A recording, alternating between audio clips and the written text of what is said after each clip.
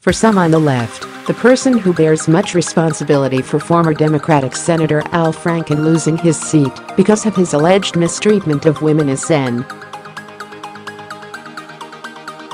Kirsten Gillibrand, D-N.Y, a possible 2020 presidential hopeful.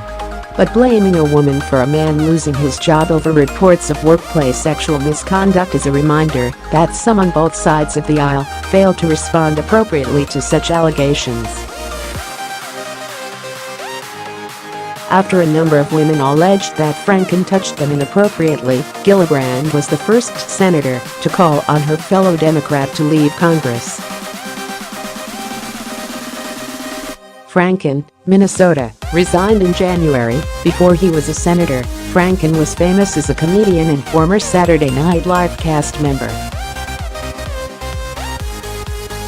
His stock was particularly high among Democrats for buzzy public moments in which he took President Trump's policies and nominees to task. Like Gillibrand, though to a lesser degree, there was speculation that Franken had potential in the 2020 Democratic primary.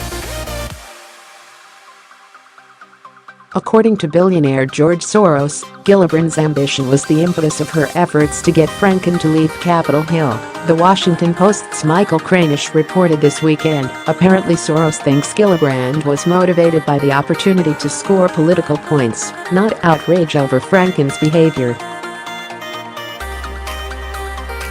Many accused Soros of sexism. While Soros's statement may have been the most candid and public slight at Gillibrand, anger with her continues to bubble on the left. The Post reported in January that Susie Tompkins Buell, a multi-million-dollar donor to Democratic Party candidates and campaigns, was reconsidering her support for the women in the U.S. Senate who called for Al Franken's resignation. Many Democrats are frustrated that one of their own held a popular Democrat to a standard that Republicans don't impose on Trump, who is facing about a dozen allegations of sexual misconduct. Liberal columnist Michelle Goldberg wrote in the New York Times that Democrats, by and large, want their politicians held accountable.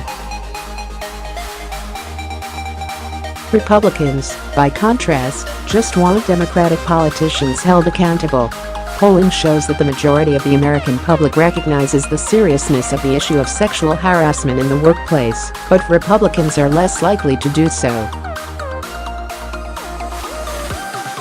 While more than 9 in 10 Democrats said they think the sexual harassment of women in the workplace is a problem, according to a January 2018 Washington Post ABC poll, 74% of Republicans said the same thing. Conservative lawmakers long ago abandoned calling Trump to account over his alleged misconduct with women. Some who did in the initial aftermath of the release of the Access Hollywood tape, like Rep. Martha Roby, R. Alabama, are still suffering backlash from their base. Approval for Trump remains high among Republicans, 87%, according to Gallup. Others have suggested that the relative silence about Trump from the right is rooted in the awareness that if Republicans offer reminders about it, they could lose the White House and their own seats if Trump supporters turn on them. This issue seems to be one more on which Democrats are struggling to come up with a cohesive message. Do they go high or low? Appeal to the base on the left? Or make a play for moderates?